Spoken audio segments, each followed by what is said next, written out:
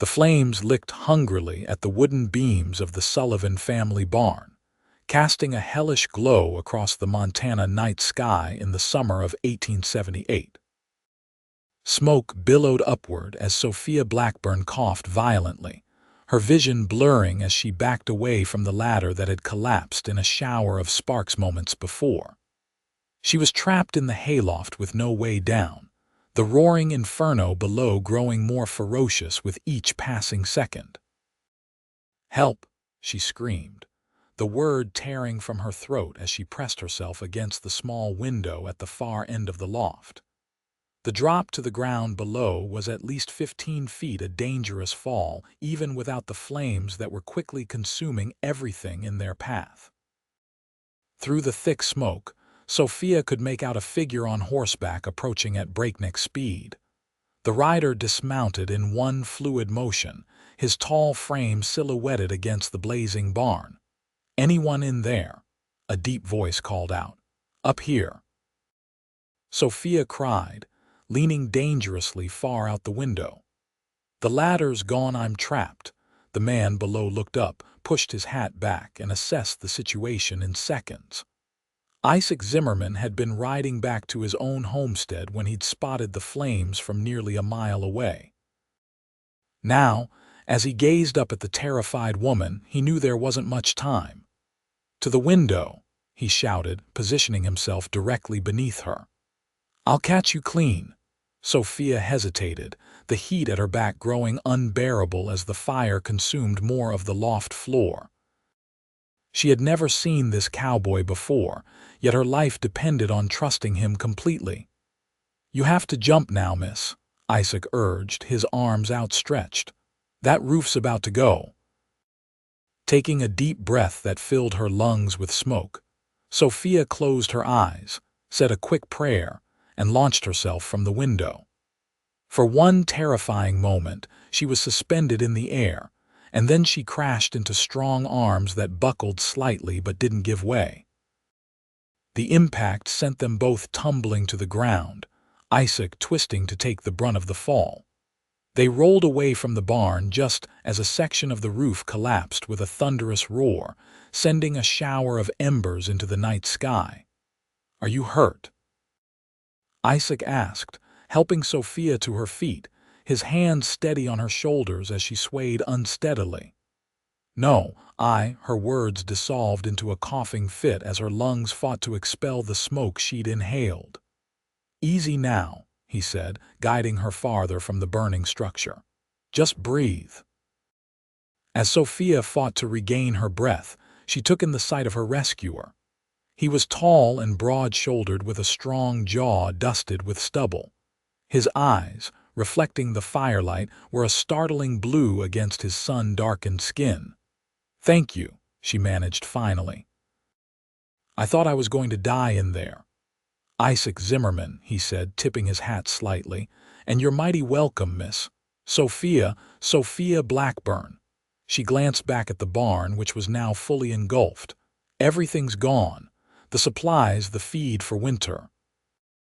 Her voice broke as the reality of the situation hit her. "Where is everyone?" "Your family?" Isaac asked, scanning the property. "My brother Samuel took our father to the doctor in town. His heart's been giving him trouble."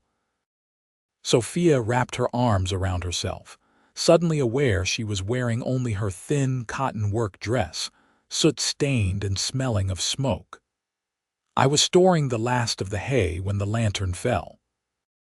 A distant rumble of thunder rolled across the valley, and Isaac looked up at the gathering storm clouds. "Rain's coming. Might help with the fire, but you can't stay here tonight."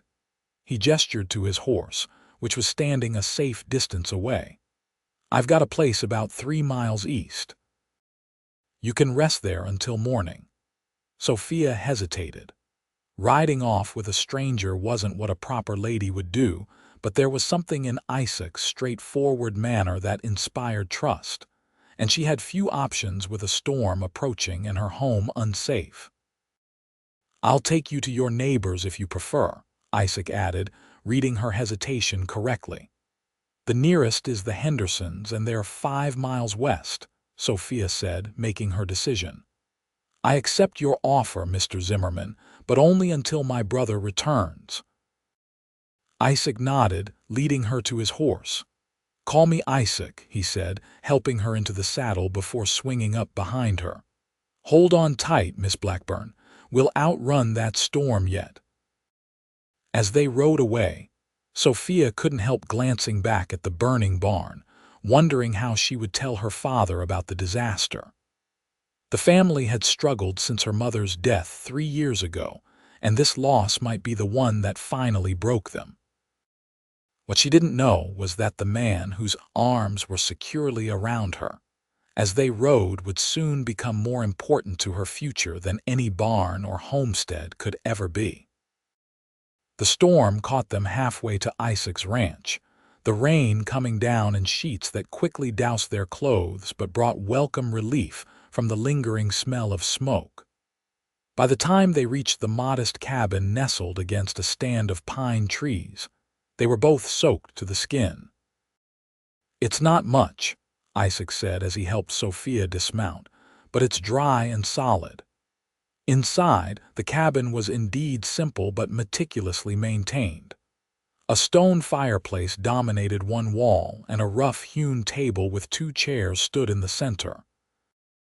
A curtained-off area presumably contained a bed, and various tools and supplies lined the remaining walls.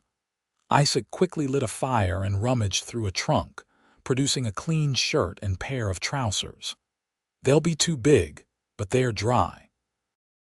You can change behind that curtain while I tend to the horse." Left alone, Sophia gratefully peeled off her wet dress and slipped into Isaac's clothes, rolling up the sleeves and pant legs. The fabric held his scent, a mixture of leather, pine, and something uniquely him.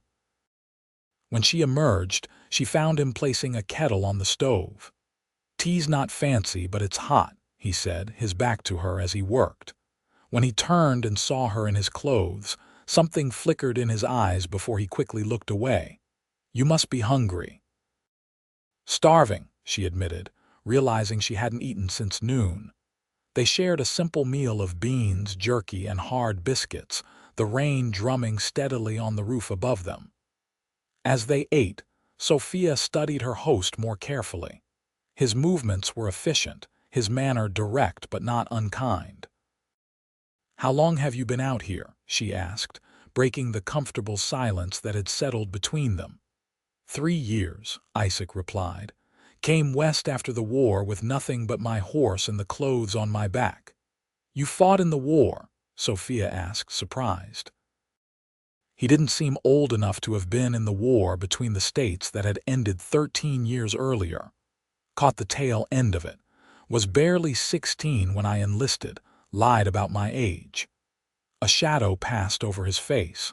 "Saw enough to know I wanted something different afterward." Sophia nodded, understanding his reluctance to elaborate. Many men who'd survived the war preferred not to speak of it. "And you chose Montana. Land was cheap, opportunities plenty if you weren't afraid of hard work." He poured more tea into her cup. "What about your family? Been here long?" 5 years. We came from Pennsylvania after Mother died. Father thought a fresh start would help." Sophia traced the rim of her cup with her finger. "It hasn't been easy." "Never is," Isaac agreed. "But there's something about this land that gets under your skin." "Yes," Sophia said softly, looking out the window at the rain-soaked landscape barely visible in the darkness. "There is."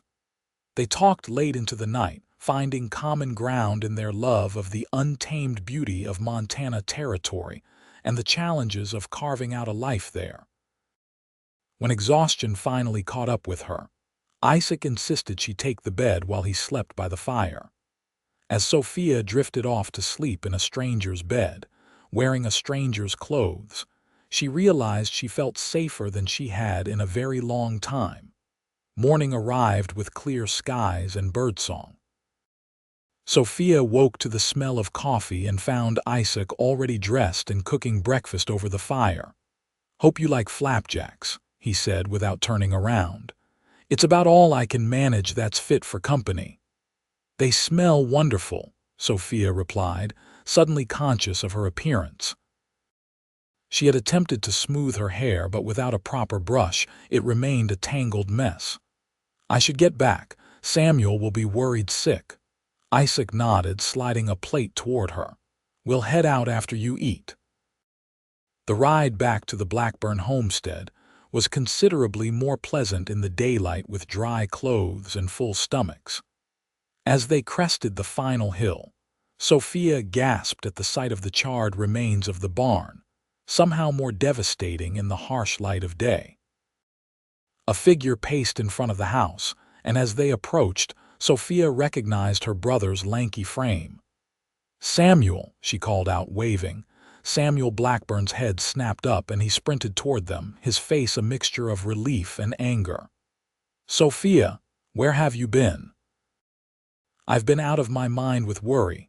Isaac helped her dismount before Samuel reached them, stepping back as the siblings embraced. "The barn caught fire," Sophia explained quickly. "Mr. Zimmerman saw the flames and rescued me. I would have died if not for him." Samuel turned to Isaac, extending his hand. "I don't know how to thank you." "No need for thanks," Isaac replied, shaking Samuel's hand firmly. "Anyone would have done the same."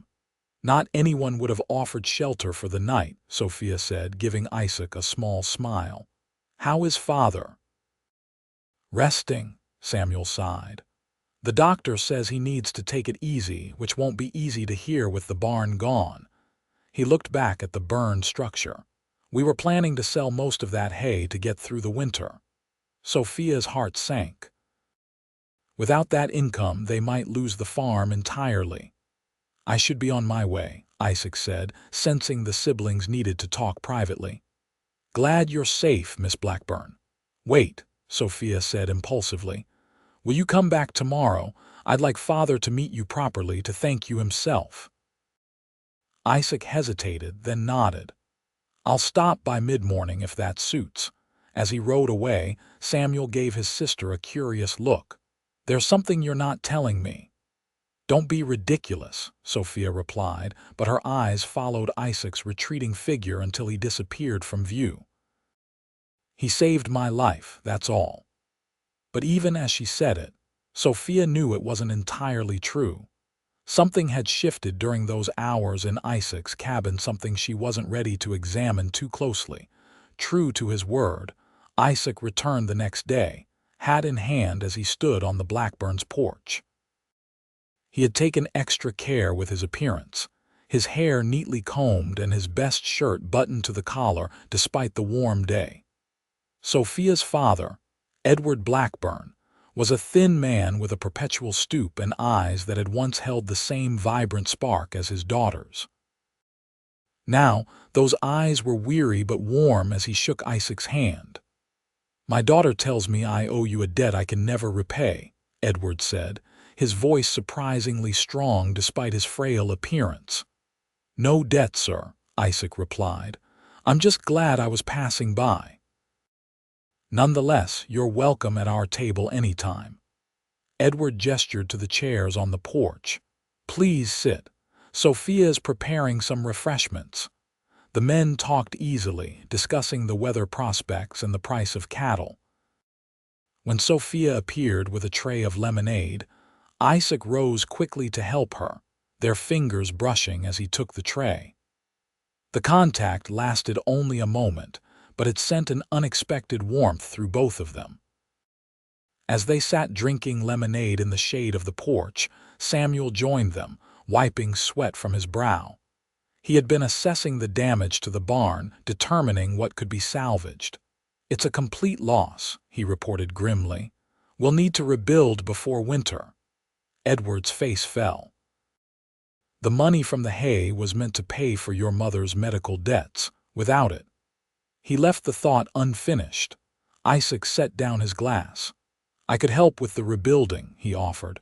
"I've got experience, and an extra pair of hands would speed things along." "We couldn't ask that of you," Edward protested. "You're not asking, I'm offering." Isaac looked at Sophia, who was watching him with an expression he couldn't quite read. Besides, good neighbors help each other out. That's the way of things out here. After some discussion, it was agreed that Isaac would return the following day to begin work on the barn. As he prepared to leave, Sophia walked him to his horse. "You don't have to do this," she said softly. "I know." Isaac adjusted his saddle. "But I want to." "Why?" Sophia asked, genuinely curious. Isaac paused, considering his words carefully. "Because when I came out here, I was alone. Someone helped me get started, a stranger who owed me nothing. Told me that's how the West was built, one neighbor helping another." He met her gaze directly. "Now it's my turn to pass that on." Sophia nodded, touched by his sincerity. "Then we accept your help gratefully, Mr. Zimmerman." "Back to Mr. Zimmerman, are we?" He smiled slightly. "I thought we'd moved past that." "Isaac, then," Sophia conceded, returning his smile. "Until tomorrow." Over the next weeks, Isaac became a fixture at the Blackburn farm. He arrived early each morning and worked alongside Samuel until sunset, rebuilding the barn piece by piece. Edward offered what assistance he could, though his health limited him to lighter tasks. Sophia found herself looking forward to the midday meal when they would all gather around the table. Isaac's presence brought a new energy to their home, his quiet strength, and occasional dry humor, a welcome addition to their family dynamic. One evening, as Sophia brought water to the men working in the fading light, she found Isaac alone, carefully measuring boards for the roof trusses. "Samuel's gone to fetch more nails from town," he explained, taking the dipper she offered. His fingers were rough with calluses, yet his touch was gentle. "You've done so much already," Sophia said, watching as he drank deeply. A drop of water clung to his lower lip, and she had the strangest urge to reach up and brush it away. "Barn's coming along well," Isaac replied, seemingly unaware of her scrutiny. "Should be finished in another week or so, weather permitting." "And then what?" Sophia asked, the question slipping out before she could consider its implications. Isaac lowered the dipper, his eyes meeting hers. "What do you mean? Will we see you after the barn is done?"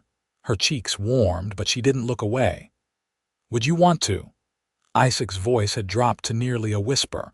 Before Sophia could answer, the sound of approaching hoofbeats announced Samuel's return. The moment shattered, both of them stepping back as if caught in something forbidden. That night, Sophia lay awake, replaying the exchange in her mind. What had she been thinking? Isaac was their neighbor, their friend perhaps, but nothing more could come of it. Her responsibility was to her family, especially now with her father's health failing. And yet, she couldn't deny the way her heart quickened whenever Isaac was near. Little did she know that across the valley, Isaac too lay awake, wondering what might have happened if Samuel had been delayed a few minutes longer. The barn raising progressed steadily, and true to Isaac's prediction, it was nearly complete by the end of the second week. The structure stood tall and strong, a testament to the skill and hard work of the men who had built it. On a particularly hot afternoon, Sophia was hanging laundry when she heard a commotion from the direction of the barn.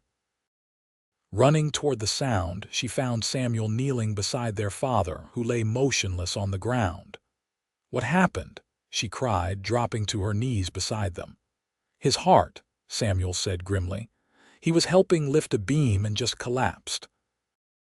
Isaac appeared from inside the barn, his face grave. "We need to get him to the doctor." "The wagon's not hitched," Samuel said, panic edging his voice. "And even if it was, the ride might kill him." "My horse is faster," Isaac decided. "I'll take him." Together, they carefully lifted Edward onto Isaac's horse. Isaac mounted behind him, securing the older man's limp form against his chest. "I'll ride as careful and fast as I can," he promised, meeting Sophia's terrified gaze. "Pray, Sophia." As Isaac rode away with her father, Sophia felt as if her world was collapsing for the second time that summer. Samuel put an arm around her shoulders, and they stood watching until horse and riders disappeared from view. "He'll be all right," Samuel said, though his voice lacked conviction. "Father's stronger than he looks." Sophia nodded mutely, but deep down, she feared this might be the attack that finally took Edward Blackburn from them. Hours passed with excruciating slowness. Sophia and Samuel tried to keep busy, completing chores mechanically while casting frequent glances toward the road. As dusk approached with still no sign of Isaac or their father, they gave up any pretense of normalcy and simply waited on the porch, barely speaking. Finally, as the first stars appeared in the evening sky, they spotted a horse approaching. Sophia's heart sank when she saw Isaac riding alone. He dismounted wearily, his expression telling them everything before he spoke. "He's alive," he said quickly, seeing their faces. "But the doctor wouldn't let him travel back tonight, said he needs to stay in town where he can be watched." Relief and fear warred within Sophia. "How bad is it?" "Bad enough," Isaac admitted. "The doctor doesn't think." He stopped, unwilling to voice the prognosis. "I'll ride in first thing tomorrow," Samuel said, his voice hollow. "I thought you might want to go tonight," Isaac said, turning to Sophia. "I can take you on my horse. It's not proper, I know, but—" "Yes," Sophia interrupted. "Please, I need to see him." The ride to town was swift and silent, Sophia clinging to Isaac's waist as they galloped through the gathering darkness. The intimacy of their position was overshadowed by her worry for her father, though she drew comfort from Isaac's solid presence. In town, the doctor's home was lit by a single lamp in the window. He admitted them with a grim expression, leading them to a small back room where Edward lay pale and still against white sheets. "Father," Sophia whispered, taking his hand. Edward's eyes fluttered open, recognition dawning slowly.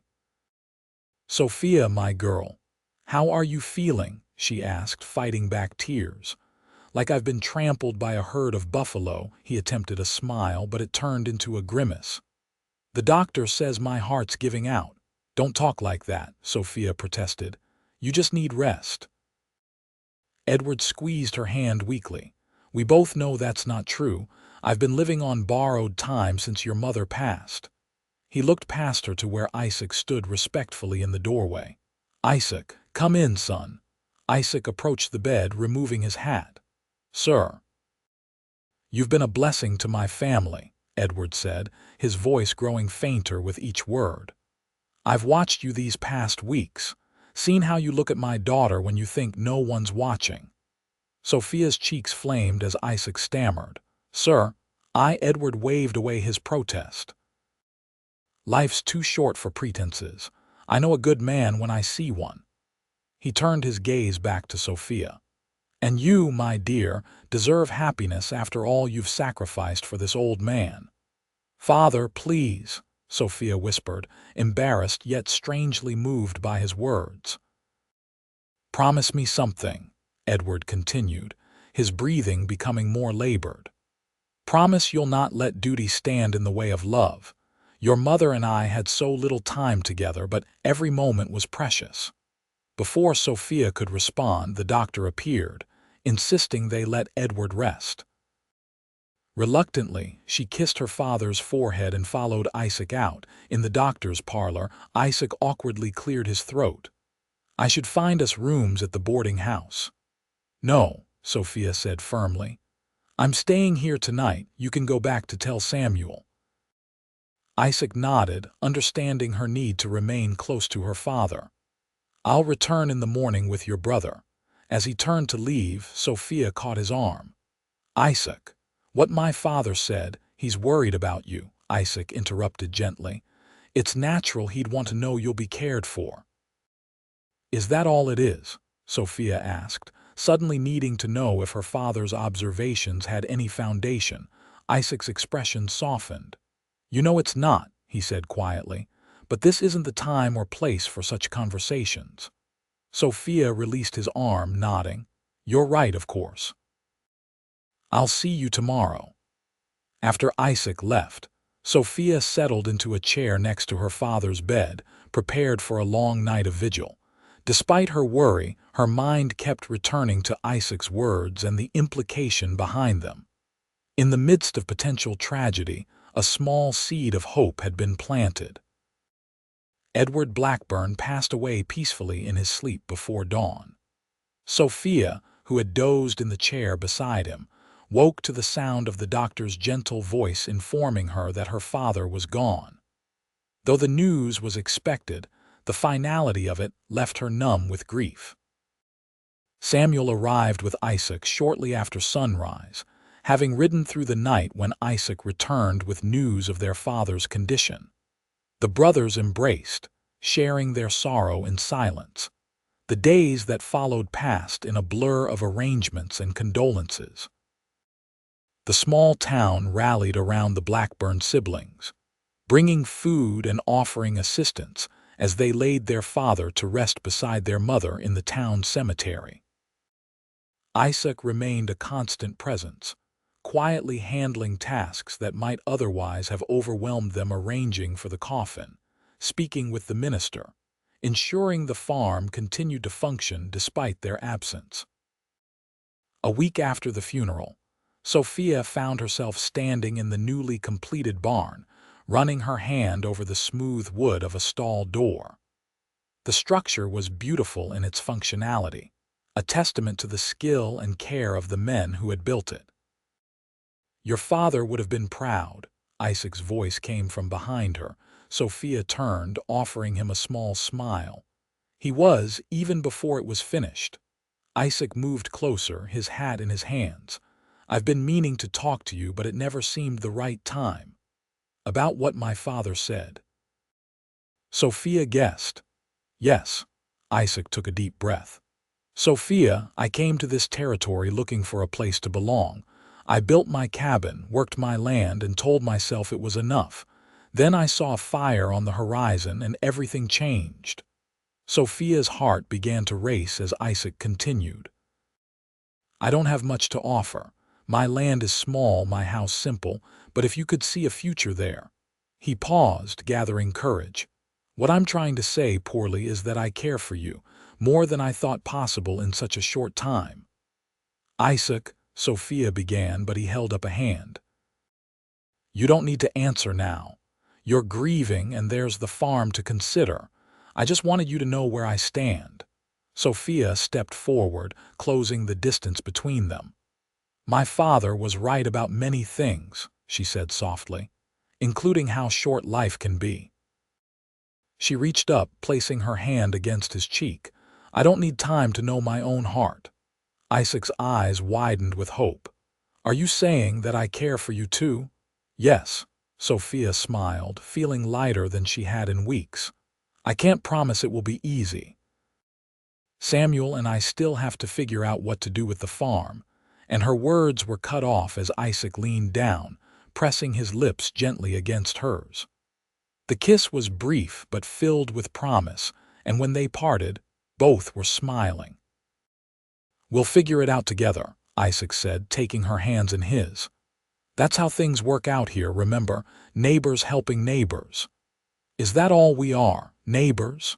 Sophia teased, her eyes bright with unshed tears of a different kind. "Not anymore," Isaac replied, drawing her close again. In the months that followed, the Blackburn farm underwent a transformation. Samuel, who had always dreamed of studying law, accepted an offer to apprentice with the town's attorney, leaving the farm in Sophia and Isaac's care. They were married on a crisp autumn day, beneath the branches of an old oak tree that had stood sentinel over the Blackburn land since before their arrival. The ceremony was simple but joyful, attended by neighbors who had become friends and friends who had become family. Isaac moved his few possessions from his cabin to the Blackburn farmhouse, though they often rode out to his property, planning for the day when they might join the two parcels of land into one larger operation. Winter came early that year, snow blanketing the valley in a pristine white that reminded Sophia of new beginnings. As she stood on the porch watching Isaac chop wood for the fire, she marveled at the twists of fate that had brought them together. A fire had threatened to take everything from her, yet instead had given her something far more precious. The barn that now stood strong against the winter winds was a daily reminder of how disaster had transformed into blessing. That evening, as they sat before the hearth, Isaac's arm around her shoulders, Sophia shared the news she had been saving for a special moment. "I visited the doctor in town today," she said, trying to keep her voice casual. Isaac looked at her with concern. "Are you ill?" "No," she smiled, taking his hand and placing it gently against her still flat stomach. "Quite the opposite." Understanding dawned on his face, followed by a joy so intense it brought tears to his eyes. "Are you certain?" "The doctor is. Come spring, there will be 3 of us." Sophia's own eyes shimmered with happiness. "Father always said he wanted grandchildren to fill this house with laughter again." Isaac gathered her close, his voice thick with emotion. "I promise you, this child will know nothing but love and laughter." "I know," Sophia whispered against his chest. "Because that's what you've brought back to this home." Outside, snow continued to fall, each flake a tiny promise of renewal. Inside, wrapped in each other's arms, Sophia and Isaac dreamed of the future they would build together, a future born from the ashes of a fire that had nearly claimed everything, but instead had given them a chance at everything. As spring blossomed across the valley, bringing new life to the land, Sophia often found herself standing in the spot where the old barn had burned. The new structure now housed not only hay and livestock, but the dreams of a family reborn through adversity and love. "To the window," Isaac had called that fateful night. "I'll catch you clean." And he had not just her body as she fell, but her heart as it learned to soar again.